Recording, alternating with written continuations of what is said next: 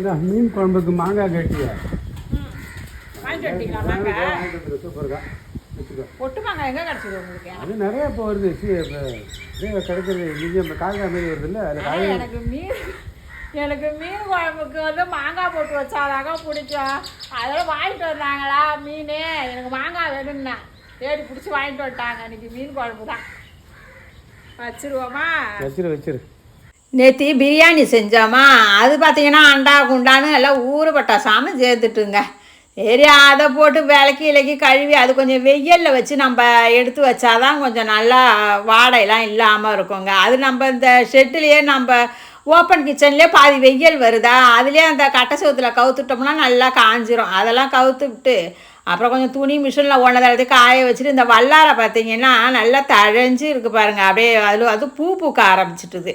இதை ஒரு நாளைக்கு நம்ம பொரிச்ச குழம்பு வச்சுருவோன்னுட்டு அப்புறம் பார்த்திங்கன்னா மீன் குழம்பு எப்போதும் போல தாங்க. என்ன தான் நேற்று பிரியாணி செஞ்சு சாப்பிட்டாலும் அது என்னமோ தெரியும், எனக்கு மீன் குழம்பு சாப்பிடலைன்னா அந்த வாரம் எனக்கு ஒரு மாதிரி சாப்பிட்ட மாதிரியே என்ன சாப்பிட்டாலும் ஒரு சாப்பிட்ட திருப்தியே இருக்காதுங்க எனக்கு.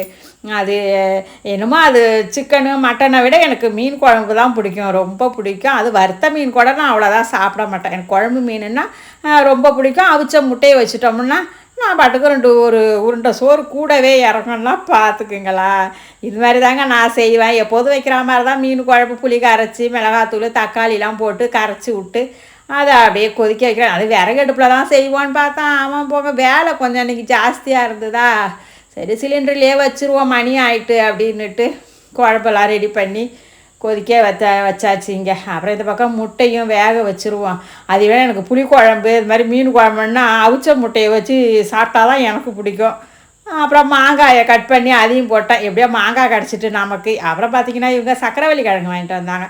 அது பாருங்களேன், சரி அப்படியே நல்ல ரோஸு டார்க்காக இருக்குது பாருங்களேன். சரி இது இன்னொரு நாளைக்கு செஞ்சு போன்னு வச்சுட்டு இது தாங்க பழப்பொடி.